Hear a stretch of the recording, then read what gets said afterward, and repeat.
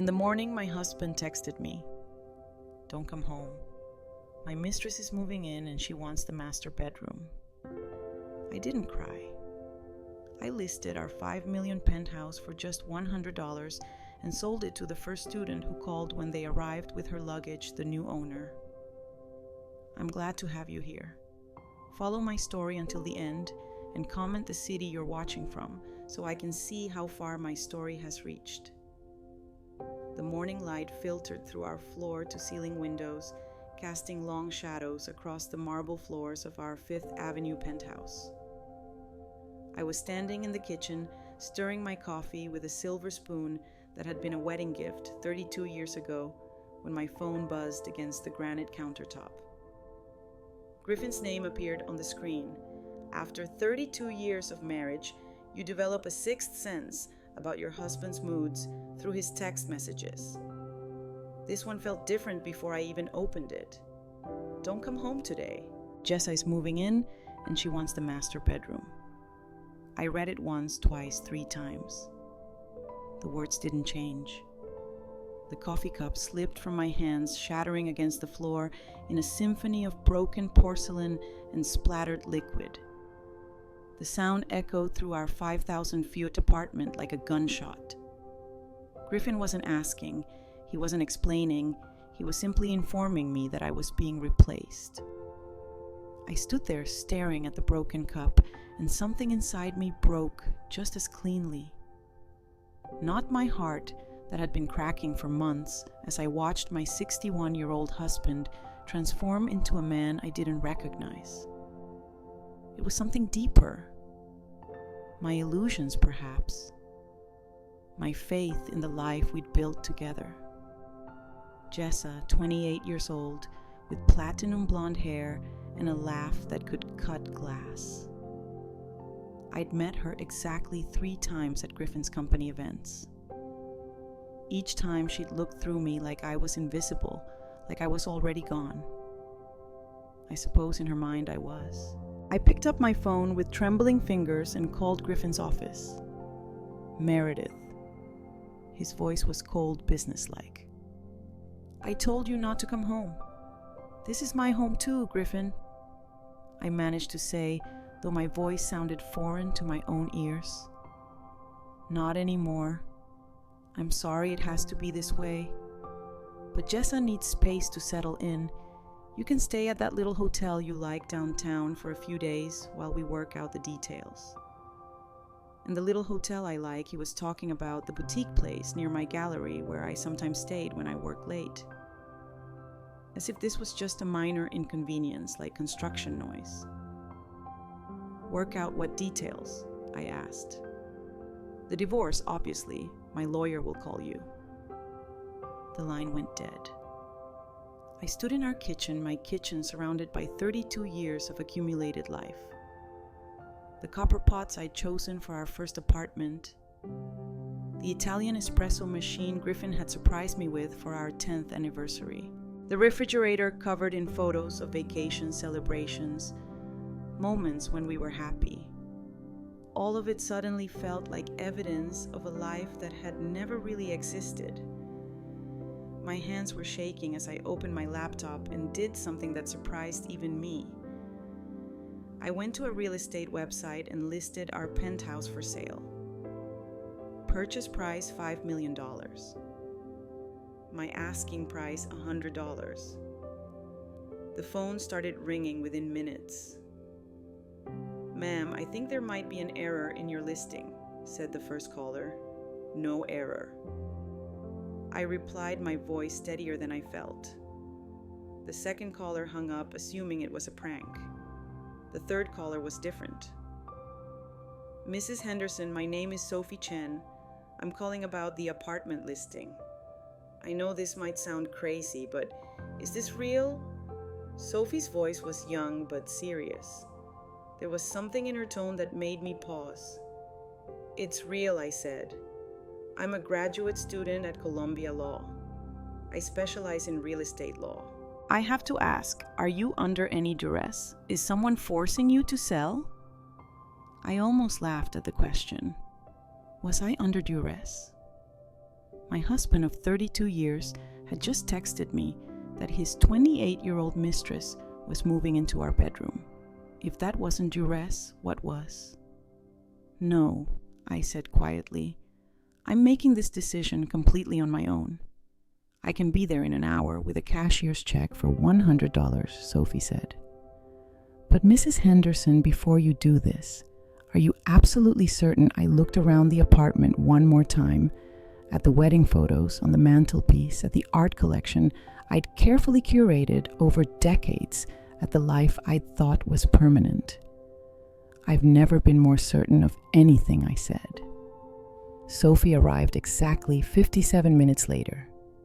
She was petite, with short black hair and intelligent dark eyes behind wire-rimmed glasses. She wore a simple navy suit and carried a leather briefcase that looked more expensive than my first car, Mrs. Henderson, she said, extending her hand. Sophie Chen. I invited her in and I watched her take in the space with the eye of someone who understood real estate. She walked to the windows, examining the view of Central Park. She ran her fingers along the marble countertops in the kitchen. She studied the crown molding with an attention to detail that impressed me. This is worth considerably more than $100, she said finally. I know exactly what it's worth, I replied. May I ask why you're doing this? I found myself telling her everything about Griffin's text message about Jessa, about the sudden brutal end of my marriage. Sophie listened without judgment, occasionally nodding or asking clarifying questions. You know, she said when I finished, there are laws about marital property in New York. This would likely be considered a joint asset. Your husband can't just kick you out. I don't want to fight him for it, I said.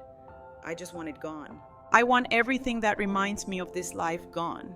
Sophie studied me for a long moment. Mrs. Henderson, I need to tell you something.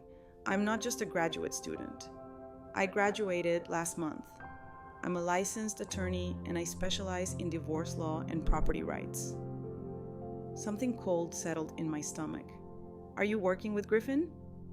No, she said quickly. I've never heard of your husband until today, but I want to make sure you understand what you're doing. Once I purchase this property, it's mine legally. I can't give it back to you if you change your mind. I won't change my mind. Sophie nodded slowly. There's something else. My specialty isn't just divorce law. It's financial abuse and marital fraud. I've seen cases where husbands hide assets, create fake debts, transfer money to mistresses. If your husband is planning to divorce you and he's been supporting another woman, there might be more going on than you realize. A chill ran down my spine. What do you mean? Has he been handling all the finances? Have you noticed any changes in your joint accounts? Any new business ventures or investments? I thought about it. Griffin had always managed our money. I had my own income from the gallery, but our major assets, our investments. The penthouse, all of that was in his name or jointly held. And recently, he had been talking about new business opportunities, partnerships I didn't fully understand. I think I said slowly, I need to look at our financial records. Sophie reached into her briefcase and pulled out a business card. Before you sign anything with me, call this number. It's a private investigator who specializes in financial fraud. If your husband has been planning this for a while, you need to know what you're dealing with. I took the card, feeling like I was accepting a weapon I didn't know how to use. Mrs. Henderson, Sophie said gently, I'll hold off on purchasing the apartment for 24 hours. I think you should know exactly what you're walking away from before you walk away from it. After she left, I sat alone in the apartment that had been my home for 15 years. The silence was deafening. I pulled out my phone and stared at Griffin's contact information. We had been together since I was 26 years old. He was the only serious relationship I'd ever had. I'd built my entire adult life around him, and he'd thrown it away with a text message. I dialed the number Sophie had given me. A woman answered on the second ring. "Margaret Reeves, Private Investigation Services. Ms. Reeves. My name is Meredith Henderson. I think my husband might be stealing from me." "Mrs. Henderson." Margaret's voice was warm but professional. "Why don't you tell me what's happened?"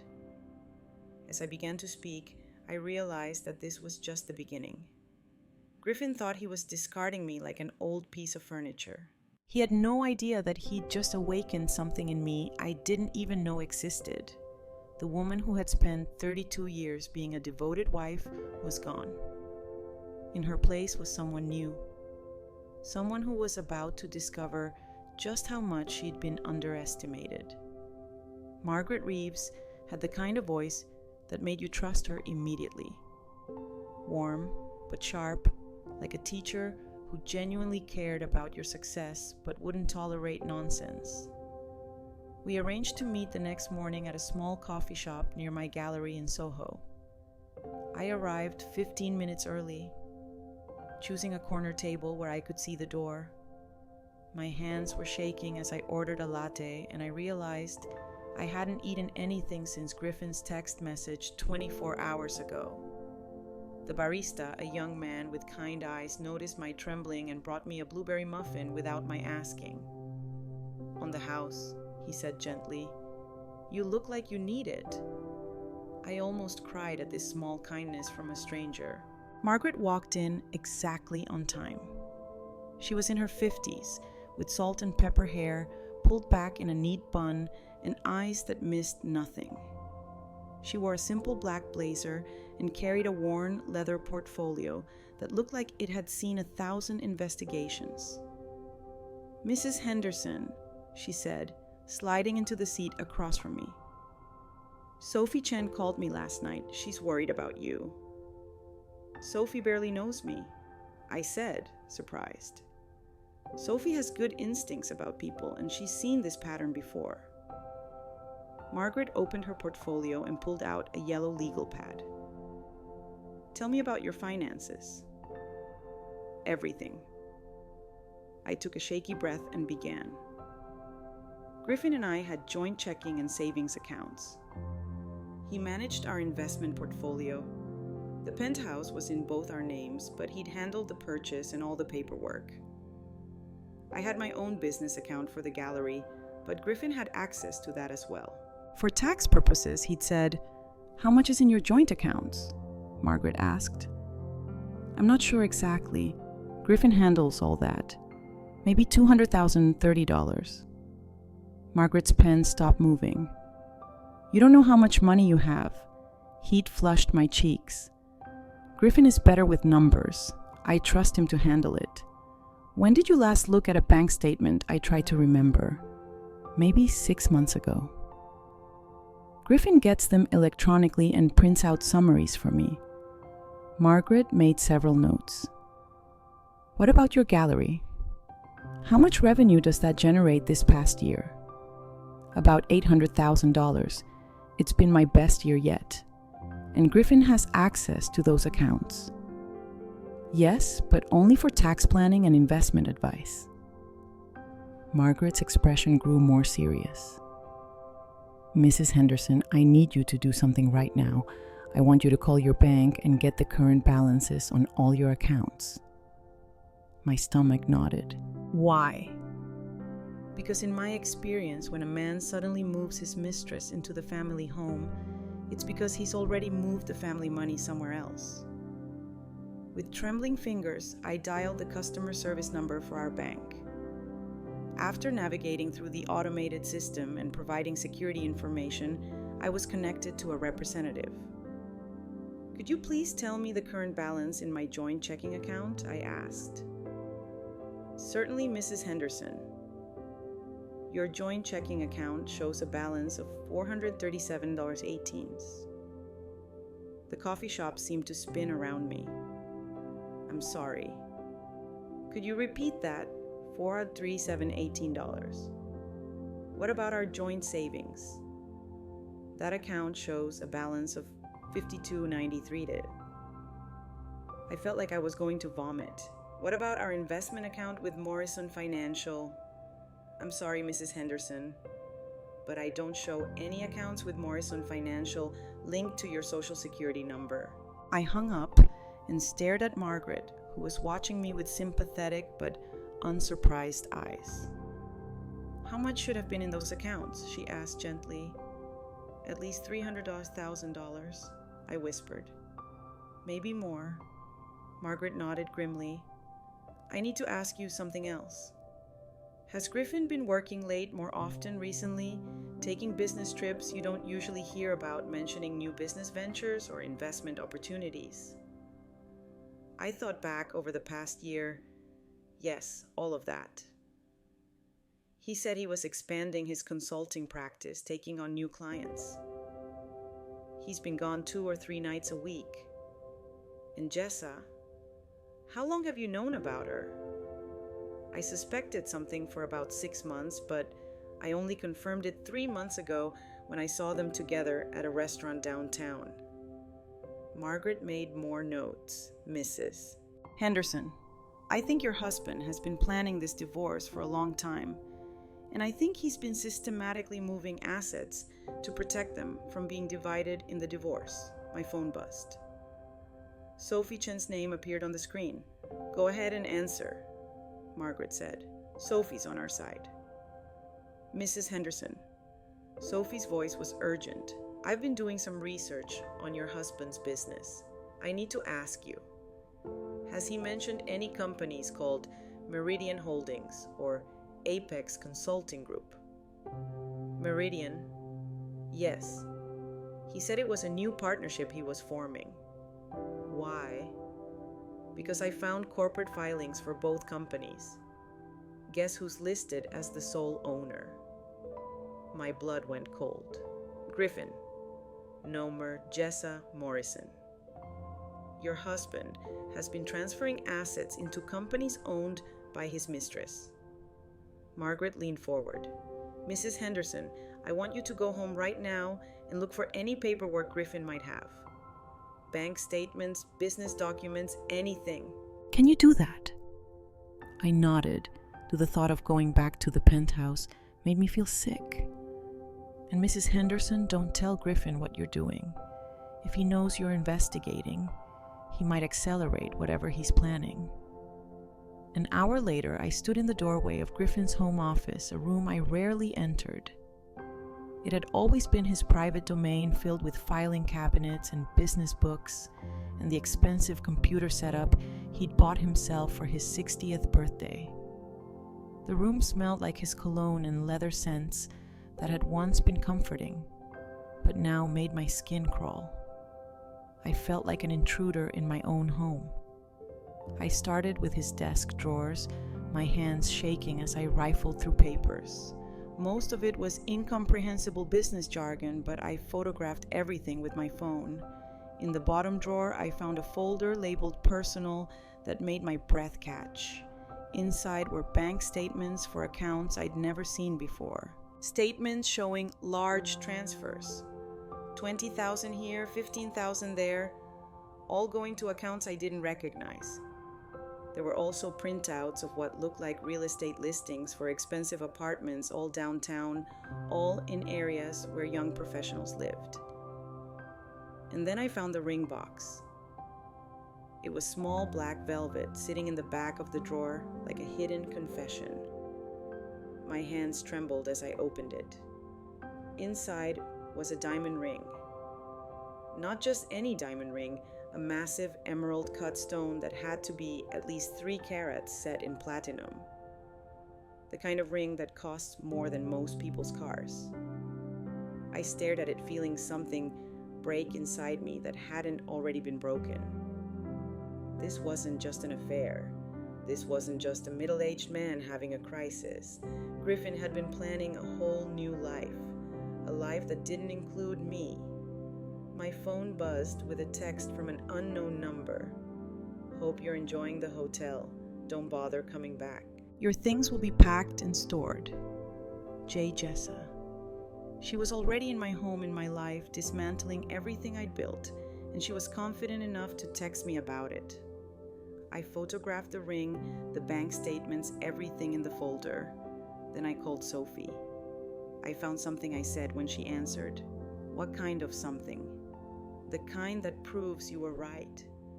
Griffin's been planning this for months, maybe years. There was a pause. Mrs. Henderson, I think it's time you knew something about me.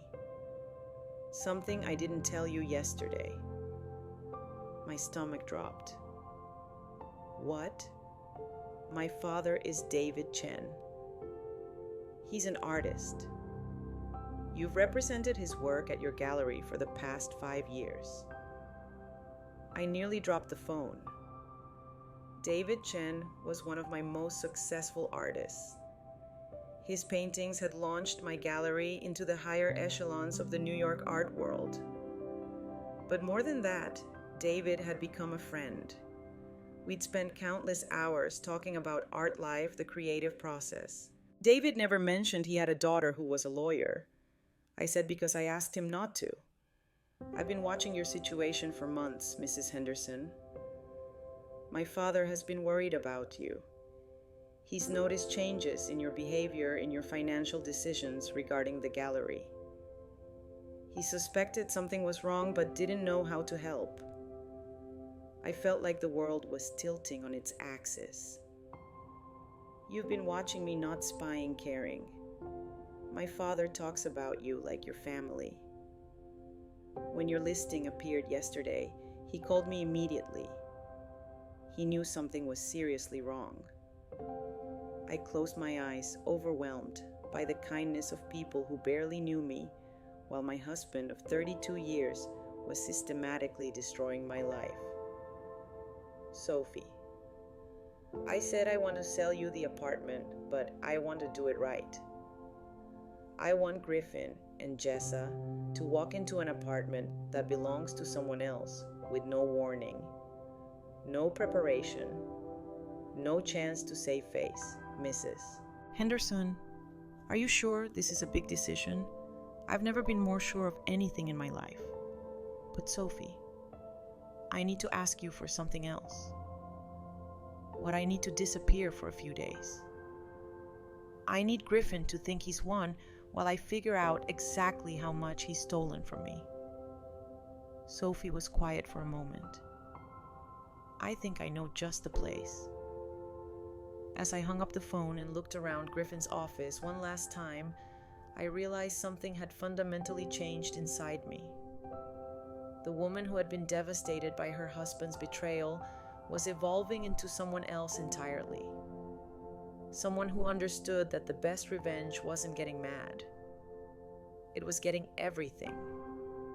Sophie's safe place turned out to be a charming brownstone in Brooklyn Heights that belonged to her father, David. As we climbed the steps to the front door, I felt like I was entering a different world, one where art covered every wall and creativity breathed through every room. Dad's in his studio, Sophie explained, leading me through a living room filled with canvases and sculptures. He doesn't know you're coming, but he'll be thrilled to see you. David emerged from the back room covered in paint, his gray hair wild and his eyes bright with the focused intensity I'd seen during our gallery meetings. When he saw me, his face broke into a concerned smile. "Meredith," he said, wiping his hands on a paint-stained rag. "Sophie told me what's happening. I'm so sorry. I found myself crying for the first time since Griffin's text message. David's genuine concern after 32 years of my husband's calculated indifference broke something loose inside me.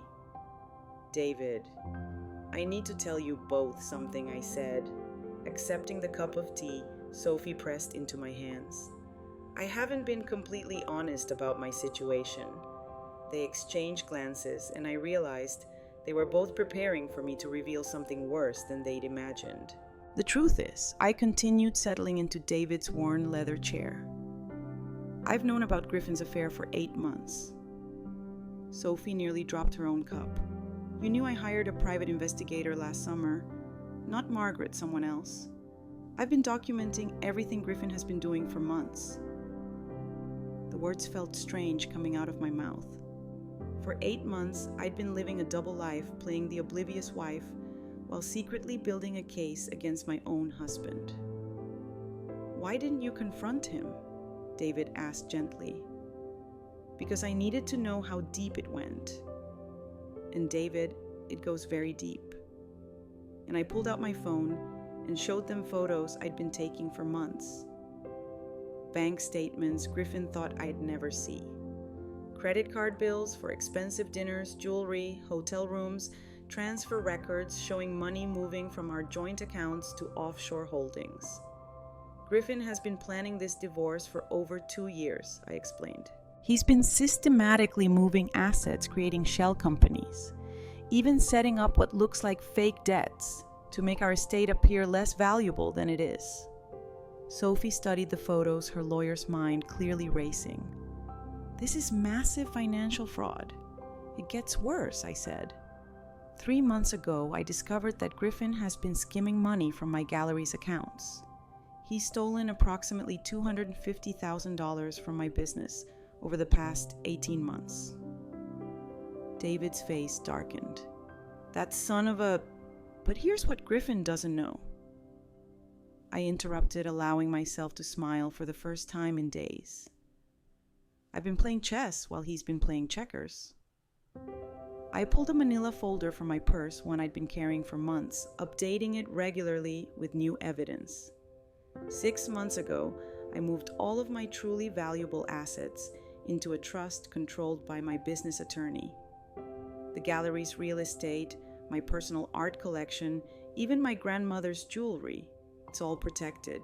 Griffin has been stealing from accounts that I've been deliberately keeping low. Sophie's eyes widened. "You've been letting him steal small amounts while protecting the big assets." "Exactly. And every theft has been documented by my private investigator." Griffin thinks he's been clever, but he's actually been building an ironclad legal case against himself.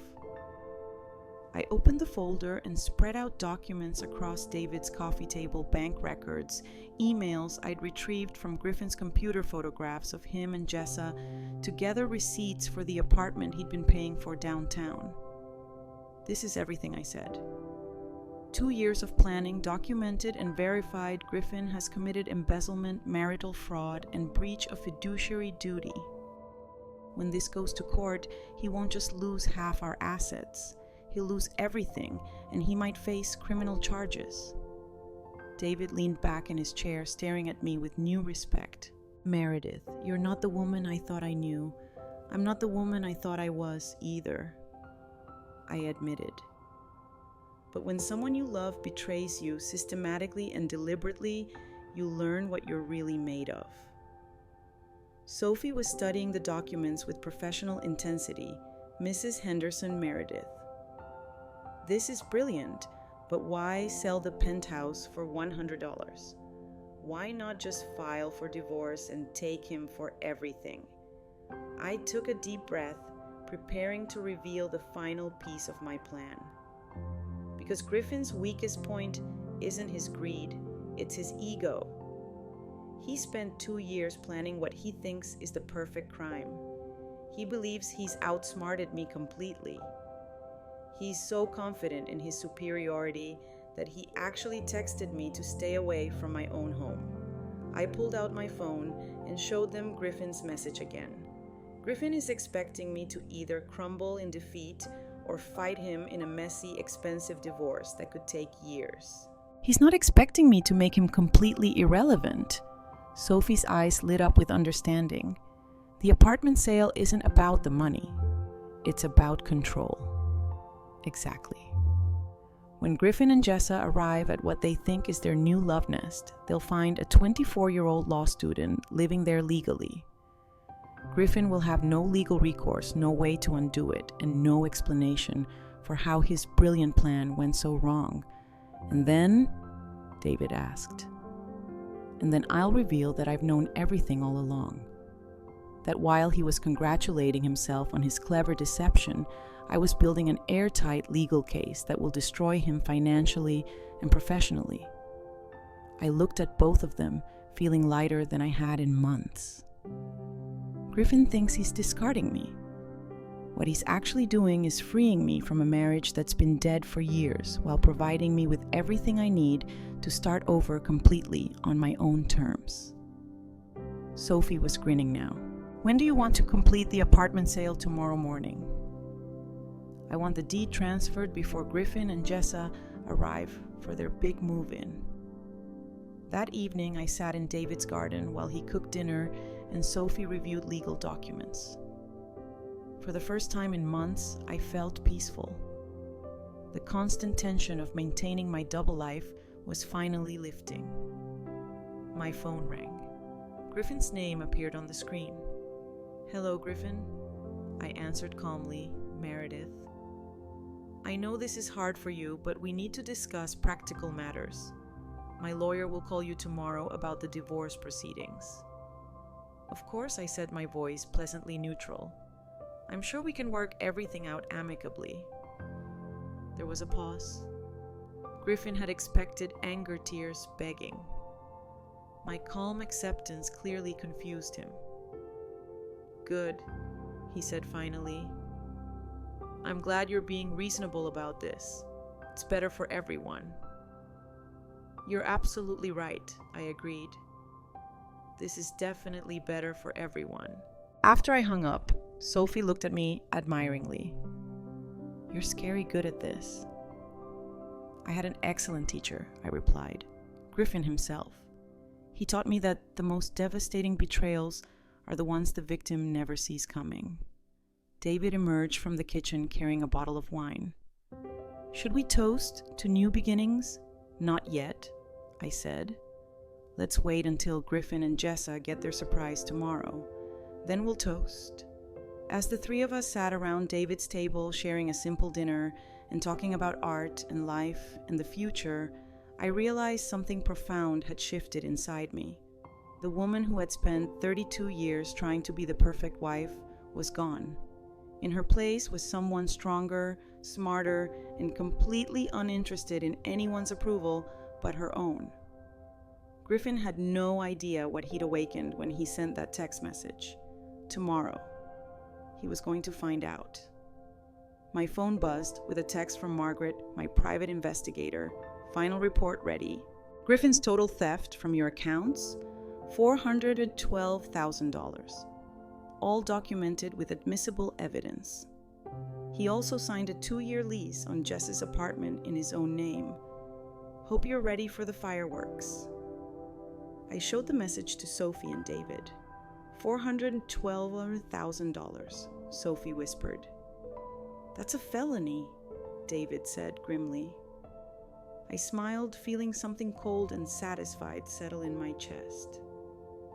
Yes, it is. Tomorrow was going to be a very interesting day.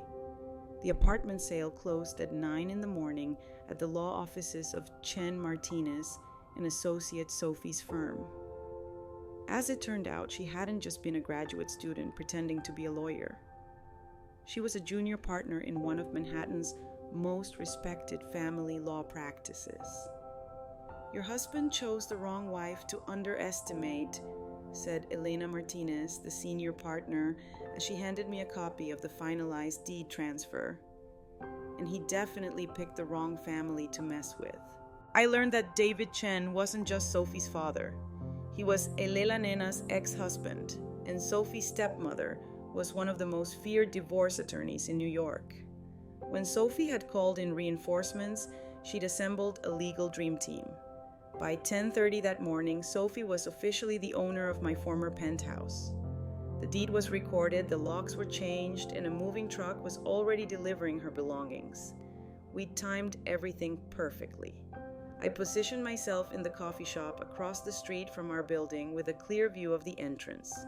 Sophie was upstairs, settling in with the calm efficiency of someone who'd planned this operation like a military strike. At exactly 11:45, Griffin's black BMW pulled up to the curb. Through the coffee shop window, I watched him step out, looking confident and relaxed. He was wearing the navy suit I'd bought him for his 60th birthday and the Rolex I'd given him for our 25th anniversary. The irony wasn't lost on me. Jessa emerged from the passenger side like a queen stepping onto her throne. She wore a tight white dress and carried a Louis Vuitton bag that I knew had cost at least $5,000. Paid for, no doubt, with money Griffin had stolen from our accounts. Behind them, a moving truck pulled up. Two men began unloading boxes and furniture, expensive pieces that I didn't recognize. Griffin had been busy furnishing his new life. My phone buzzed with a text from Sophie. "They're in the lobby. Griffin's arguing with the doorman about the key not working. Should be up in 5 minutes." I ordered another coffee and settled in to watch the show. Through my phone, I could hear everything happening upstairs through Sophie's wireless earbuds. The elevator doors opened. Footsteps in the hallway, Griffin's voice growing louder as he approached the apartment. "The key's not working," I heard him tell Jessa. "The management company must have given us the wrong one." "Just call them." Jessa's voice was sharp with irritation. "I want to get settled before the furniture arrives." The doorbell rang, the doorbell of my former home. "Good morning." Sophie's voice came through clearly. "Can I help you, Silence?" Then Griffin's voice, confused and uncertain for the first time in our 32-year marriage. "I'm sorry. There must be some mistake. This is my apartment. I live here." "I'm afraid that's not correct," Sophie replied pleasantly. "I'm Sophie Chen, and this is my apartment. I have the deed right here if you'd like to see it." "Your apartment?" Jess's voice was shrill. "What are you talking about, Griffin? What is she talking about?" I could picture Griffin's face, that particular expression he got when he encountered a problem he couldn't immediately solve or control. Young Lady Griffin's voice took on the condescending tone I'd heard him use with waiters and clerks. "I think you're confused. My wife and I own this apartment. We've lived here for 15 years. Actually," Sophie said, and I could hear the smile in her voice. "Your wife sold this apartment to me yesterday morning for $100. The sale was legally completed this morning. Would you like to see the paperwork?" The silence stretched so long I thought my earbuds had disconnected. Then Jessa exploded. "What do you mean she sold it? She can't sell it. We're moving in today. Our stuff is downstairs," Ma'am Sophie said calmly. "I understand this is upsetting, but I'm the legal owner of this property now. If you don't leave, I'll have to call security. This is impossible." Griffin's voice was strained. Meredith would never. She couldn't. The apartment was in both our names. She can't sell it without my signature. Actually, Sophie said, according to the property records, the apartment was placed in your wife's sole name 3 years ago. Something about tax advantages. According to the documentation, your wife had every legal right to sell. I remembered that transaction. Griffin had insisted on putting the apartment solely in my name for estate planning purposes. He'd assured me it was just a technicality that would save us money on taxes. Now I understood. He'd been protecting the apartment from his own debts and business dealings, never imagining I might use that protection against him. "Call Meredith," Jessa demanded. "Call her right now and tell her to fix this." Griffin's voice was getting higher, more desperate. "Meredith, where are you? Answer your phone." My phone was indeed ringing. I smiled and declined the call. "She's not answering," Griffin said. "Well, call the police," Jessa shrieked. "This has to be illegal. You can't just steal someone's apartment." "I didn't steal anything," Sophie replied. "I purchased this property legally from the rightful owner. If you have an issue with that, you'll need to take it up with her." I could hear Jessa's heels clicking frantically across my former marble floors. "This is our bedroom. Our bed was supposed to go right here. Griffin, do something," Ma'am Sophie said, her voice taking on a sharper edge. "You need to leave now. You're trespassing on private property." My phone rang again, This time it was a video call. I answered and Griffin's panicked face appeared on the screen. "Meredith, what the hell is going on?" "There's some girl in our apartment claiming you sold it to her." "Hello, Griffin," I said calmly. "How's your morning going?" Behind him, I could see Jessa pacing frantically, her perfectly styled hair starting to come undone. "Don't play games with me," Griffin snapped. "Fix this right now. Fix what I sold the apartment. It's not ours anymore." Griffin's face went through several color changes. "You sold our apartment. Our $5 million apartment." "I sold my apartment," I corrected. "It's been in my name for 3 years. Remember your idea for how much?" His voice was barely a whisper. $100. The phone went silent, except for Jess's increasingly hysterical voice in the background. "Meredith," Griffin said finally, his voice strangely calm. "You've had some kind of breakdown. This isn't rational behavior. We can fix this. We can get the sale reversed." "Actually, we can't. I said the sale is final and legal." "But Griffin, there's something else we need to discuss. What I know about Meridian Holdings. I know about Apex Consulting Group. I know about the $412,000 you've stolen from our accounts over the past 2 years." The color drained from Griffin's face completely. "I know about the apartment you've been paying for downtown. I know about the jewelry you bought Jessa with my gallery's money. I know about all of it, Griffin. I've known for 8 months. Jessa had stopped pacing. Even through the phone, I could see her staring at Griffin with dawning horror. $400,000, she said slowly. "Griffin, what is she talking about?" "Jessa," I said pleasantly, addressing her directly. "Did Griffin tell you he was independently wealthy? Because he's not. Every penny he spent on you was stolen from me." "That's not true," Griffin stammered. "Meredith, you're upset. You're not thinking clearly." "I'm thinking more clearly than I have in 32 years, I interrupted. "And I have documentation for everything, Griffin. Bank records, transfer statements, emails, photos, everything." Jessa was backing away from Griffin, now her face twisted with disgust and panic. "You told me you were rich!" she screamed at him. "You told me you had money. I quit my job. I gave up my apartment." "The apartment he's been paying for?" I asked helpfully. "The lease he signed in his own name." "That apartment." Sophie's voice came through the phone clearly. "Mr. Henderson, I really do need you to leave now. The moving truck is blocking the building entrance." "This isn't over," Griffin said, but his voice had lost all its authority. "Oh, it's completely over," I replied. "My lawyer will be in touch about the divorce proceedings. And Griffin, you might want to call a criminal defense attorney. Embezzling $400,000 is a felony." I hung up and watched through the coffee shop window as Griffin, Jessa, and their moving truck retreated in complete disarray. My phone buzzed with a text from Sophie. "Coast is clear. That was even better than we planned." As I walked back toward the building that had been my home for 15 years, I felt something I hadn't experienced in decades: complete and total freedom. Griffin had spent 2 years planning my destruction. Instead, he'd engineered his own. The call came 3 days after the apartment confrontation.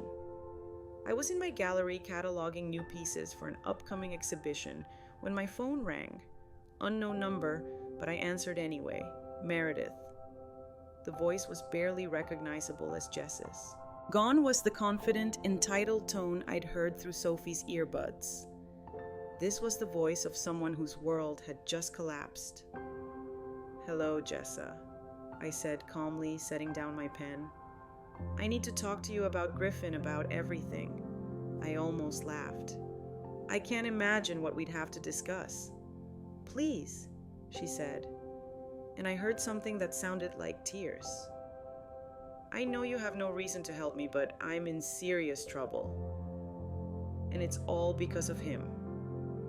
Against my better judgment, I found myself agreeing to meet her at a small cafe in Midtown. As I hung up, I wondered what new drama Griffin had created. Jessa looked nothing like the polished woman who had stepped out of Griffin's BMW just days earlier. Her hair was unwashed, pulled back in a messy ponytail. She wore jeans and a wrinkled sweater, and her eyes were red-rimmed and puffy. "Thank you for coming," she said as I sat down across from her. "What do you want, Jessa?" She took a shaky breath. "I want to tell you everything Griffin did, and I want to help you destroy him." I raised an eyebrow. "That's quite a change of heart. You don't understand," she said, leaning forward desperately. "I thought Griffin was rich. I thought he owned companies, had investments, had money. He showed me bank statements, property records, business documents. It all looked real. Some of it was real," I said. "The money he stole from me. But that's just it. I didn't know it was stolen. He told me he was separated from you, that the divorce was almost final, that you'd already agreed to split everything. He said you were getting the gallery and he was getting the apartment and the cash." I studied her face, looking for signs of deception. What I saw was genuine panic and desperation. "How much did he spend on you?" I asked. "I don't know exactly, maybe $150,000. The apartment lease, furniture, clothes, jewelry, trips." She trailed off, seeming to realize how it sounded. "And now I'm homeless. The apartment was in his name, but he can't pay the rent because his accounts are frozen. The furniture was repossessed yesterday because he bought it all on credit he can't cover. And the worst part..." She paused, her voice breaking. "What?" "The worst part is that I loved him. I actually loved him. I thought we were going to get married, have a life together. But everything was a lie." I felt an unexpected pang of sympathy. Griffin was a master manipulator. If he could fool me for 32 years, fooling a 28-year-old for 2 years would have been child's play. "Jessa," I said carefully, "what exactly do you know about Griffin's business dealings?" "More than I thought," she said, reaching into her purse. "When everything fell apart, I started going through his papers. Look at this." She spread several documents across the table. Corporate filings, bank records, loan applications, all bearing Griffin's signature, all showing financial obligations I'd never heard of. "Griffin borrowed against your gallery," she said, pointing to one document. "He took out a second mortgage on the apartment without telling you. And look at this. He's been running 3 different investment scams promising returns he could never deliver." My blood went cold as I read through the papers. Griffin hadn't just stolen from me. He'd been operating like a one-man financial crime syndicate. "How many people has he defrauded?" I asked. "At least a dozen that I know of, maybe more." "He convinced investors to put money into his fake companies, then use their investments to fund our lifestyle. When they asked for returns, he'd find new investors to pay them off. It was a classic Ponzi scheme, and it was all about to come crashing down." "Jessa, why are you showing me this?" "Because I found something else," she said, pulling out a thick manila folder. "Griffin has been planning to disappear. Inside the folder were copies of passport applications, bank account information for accounts in the Cayman Islands, and what looked like real estate listings in Costa Rica. He was going to take whatever money he could salvage and run," she continued. "He told me we were moving to Costa Rica to start fresh, but I found out he'd only bought 1 plane ticket." I stared at the documents, feeling a cold fury building in my chest. Griffin hadn't just betrayed me with another woman. He'd been planning to abandon both of us and flee the country with whatever money he could steal. "Where is he now?" I asked. "I don't know. He disappeared 2 days ago when the bank froze his accounts. But Meredith, there's something else. Something that might help you." She pulled out a small recording device. "Griffin doesn't know I have this, but I recorded some of our conversations about his business dealings, including the ones where he talked about stealing money from your gallery and forging your signature on loan documents. I took the device with trembling hands. He forged my signature multiple times on loans, contracts, even on some of the corporate paperwork for his fake companies. He said, "You never paid attention to business documents anyway, so you'd never notice." That was it, the final straw. Griffin hadn't just betrayed me emotionally and financially. He'd committed identity theft and fraud using my name. I called Margaret immediately. "Margaret, I need you to contact the FBI Financial Crimes Division and call Elena Martinez. We're not just filing for divorce anymore. We're pressing criminal charges." 2 hours later, I sat in Elena Martinez's office with Jessa Margaret Sophie and a federal agent named Detective Sarah Chen, Sophie's cousin. As it turned out, the Chen family was apparently full of overachievers. Mrs. Henderson. Detective Chen said, "Based on what we're seeing here, your husband has committed multiple federal crimes. Wire fraud, money laundering, identity theft, operating an unlicensed investment scheme. We're looking at potential sentences of 15 to 20 years. But I need you to understand," she continued, "prosecuting this case will require your full cooperation. There will be depositions, court appearances, media attention. Your private life will become very public." I thought about it for exactly 3 seconds. "I want to prosecute to the full extent of the law," I said. That evening, I sat in David's garden again, this time with a glass of wine and a sense of completion I hadn't expected. Sophie sat beside me reviewing legal documents while David worked on a painting that somehow captured the chaos and resolution of the past week. "The FBI raided Griffin's office this morning," Sophie said, looking up from her papers. "They found evidence of at least 15 victims of his investment fraud. The total amount stolen is over $2 million. And Jessa, she's cooperating fully with the investigation. Her testimony combined with her recordings will probably put Griffin away for a very long time." My phone rang. It was an unknown number, but somehow I knew. "Meredith." Griffin's voice was desperate, broken. "Please, you have to call off the FBI. I can explain everything." "Where are you, Griffin?" "That doesn't matter. What matters is that you're destroying our family over a misunderstanding." I laughed.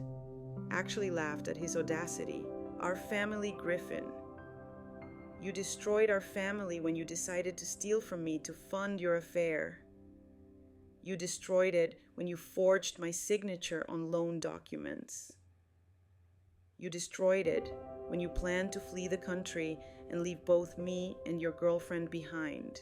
You don't understand the pressure I was under. No, Griffin, you don't understand. I know about Costa Rica. I know about the offshore accounts. I know about all of it." Silence. "The FBI will find you," I continued. "Probably within the next 48 hours. You can run, but every credit card transaction, every phone call, every hotel stay is being tracked. You're not nearly as smart as you think you are. Meredith, please. Goodbye, Griffin."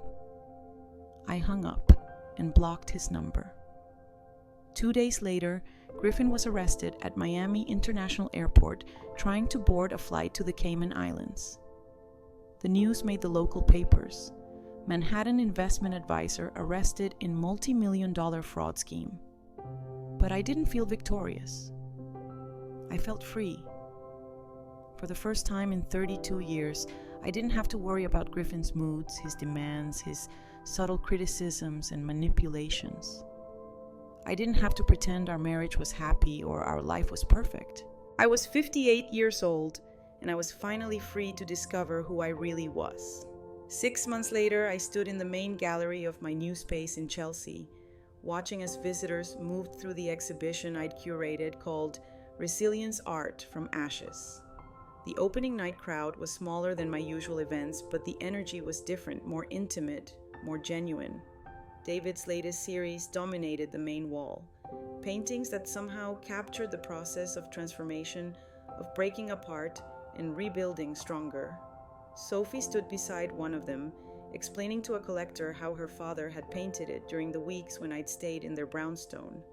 It's about finding strength in destruction, she was saying, about how sometimes the most beautiful things come from the most painful experiences. I smiled, remembering how lost I'd felt just 6 months ago. Now looking around at my new gallery, my new life, I could barely recognize that devastated woman who'd received Griffin's text message.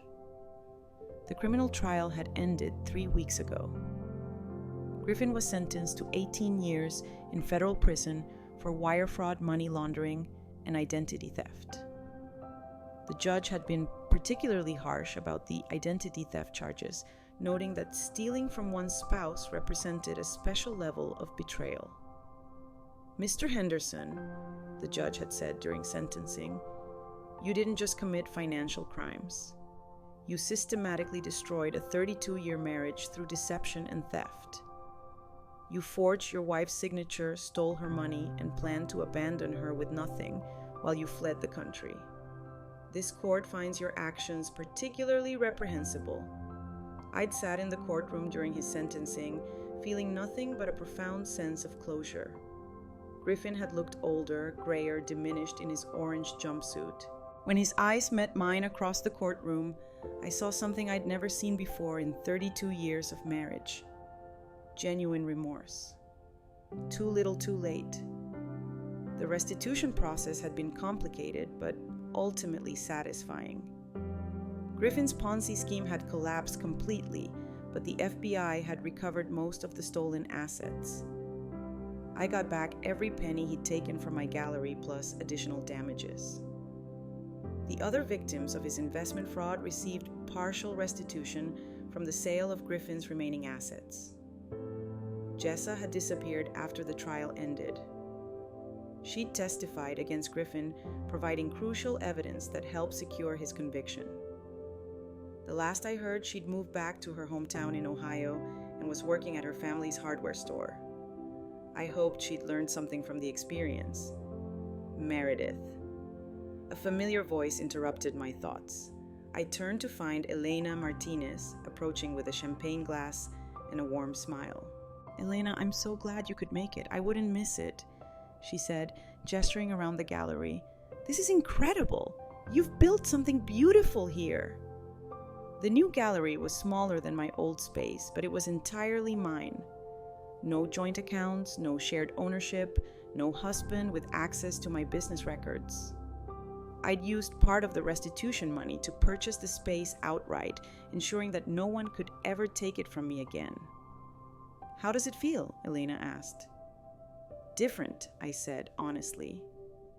"Scary sometimes, but good scary. Like standing at the edge of a cliff and realizing you can fly." Sophie joined us, looking elegant in a navy dress that made her look older than her 24 years. "The Times critic just left," she reported. "I think he was impressed. He spent almost 20 minutes looking at the David Chen pieces." "And how are you settling into your new place?" I asked Sophie. She grinned. "The penthouse is perfect. I've turned Griffin's old office into my law library. There's something poetic about using his former space to help other women escape financial abuse."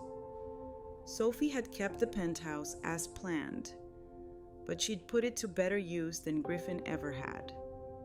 She'd started a pro bono practice specializing in helping women who'd been financially abused by their partners. Her first client was one of Griffin's Ponzi scheme victims, a widow who'd invested her late husband's insurance money and lost everything. Speaking of which, Sophie continued lowering her voice. "I got a call today from a woman whose husband has been hiding assets offshore." "Sound familiar?" I laughed. "The Griffin Henderson playbook seems to be more common than we thought." "Unfortunately, yes. But the good news is we're getting very good at recognizing the patterns and building cases against these men." As the evening wound down and the last visitors left, I found myself alone in the gallery with David. He was standing in front of his own work, studying it with the critical eye of an artist who never stopped learning. "Do you miss it?" he asked without turning around. "Miss what? The old life, the security of being married, the big apartment, the social status?" I considered his question seriously. Did I miss anything about my life with Griffin? "I miss feeling safe," I said finally. "I miss believing that someone loved me unconditionally. But I've realized that safety built on lies isn't really safety at all. And Griffin never loved me unconditionally. He loved me as long as I was useful to him." David nodded, still studying his painting. "What do you think comes next?" "I don't know," I said, and realized that for the first time in my adult life, not knowing felt liberating rather than terrifying. Maybe I'll travel. Maybe I'll expand the gallery. Maybe I'll learn to paint. All of the above. Maybe. As I walked home to my small apartment in the village, the first place I'd ever lived, completely alone, I thought about the woman I'd been 6 months ago. She'd been so afraid of being alone that she'd tolerated 32 years of subtle emotional abuse and financial control. She'd believed that any marriage was better than no marriage, that any love was better than no love. She'd been wrong. My phone buzzed with a text from an unknown number, but I recognized the area code, Miami Federal Prison. I almost deleted it without reading it, but curiosity got the better of me. "Meredith, I know I have no right to contact you, but I wanted you to know that I'm sorry, really sorry. I never meant for things to go so far. I hope you're happy." I stared at the message for a long time. Then I typed back, "I'm happy, probably for the first time in 32 years. Thank you for setting me free." I hit send, then blocked the number. Griffin belonged to my past now, and my past was a place I had no intention of revisiting. As I climbed the stairs to my apartment, I passed Mrs. Rodriguez, my elderly neighbor, who was checking her mailbox. "How was your art opening, dear?" she asked with genuine interest. "Wonderful," I said. "You should come to the next one. I'd love that. You know, I've been watching you these past few months, and you seem like a completely different person than when you first moved in." "How so?" She smiled. "You smile now. Really smile. When you first moved in, you looked like someone who was afraid the world might collapse at any moment. Now you look like someone who knows she can handle whatever comes next."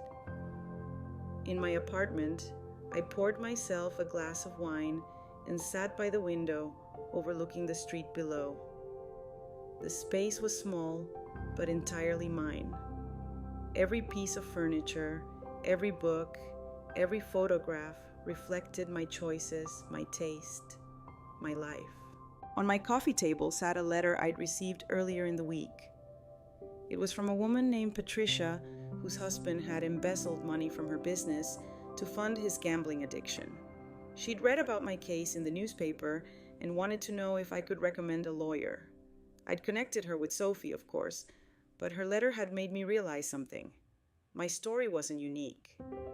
There were women everywhere who were being systematically betrayed and financially abused by the men they trusted most. Maybe there was something I could do about that. Maybe my experience with Griffin could serve a larger purpose. I opened my laptop and began to type. "Dear Patricia, I'm glad you reached out. You're not alone, and you're not powerless. Here's what I learned about fighting back.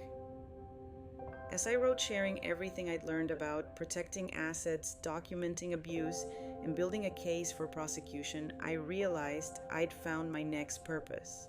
The gallery would always be my first love. But maybe I could use my experience to help other women escape the kind of financial prison Griffin had built around me. The woman who had been afraid to check her own bank balance was gone. In her place was someone who understood that the most dangerous person in your life could be the one sleeping beside you, and that the most powerful thing you could do was refuse to be a victim.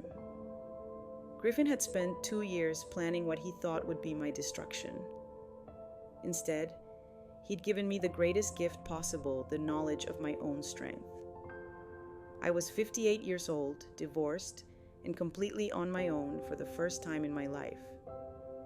I had never been happier. Now I'm curious about you who listened to my story. What would you do if you were in my place? Have you ever been through something similar? Comment below. And meanwhile, I'm leaving on the final screen 2 other stories that are channel favorites, and they will definitely surprise you.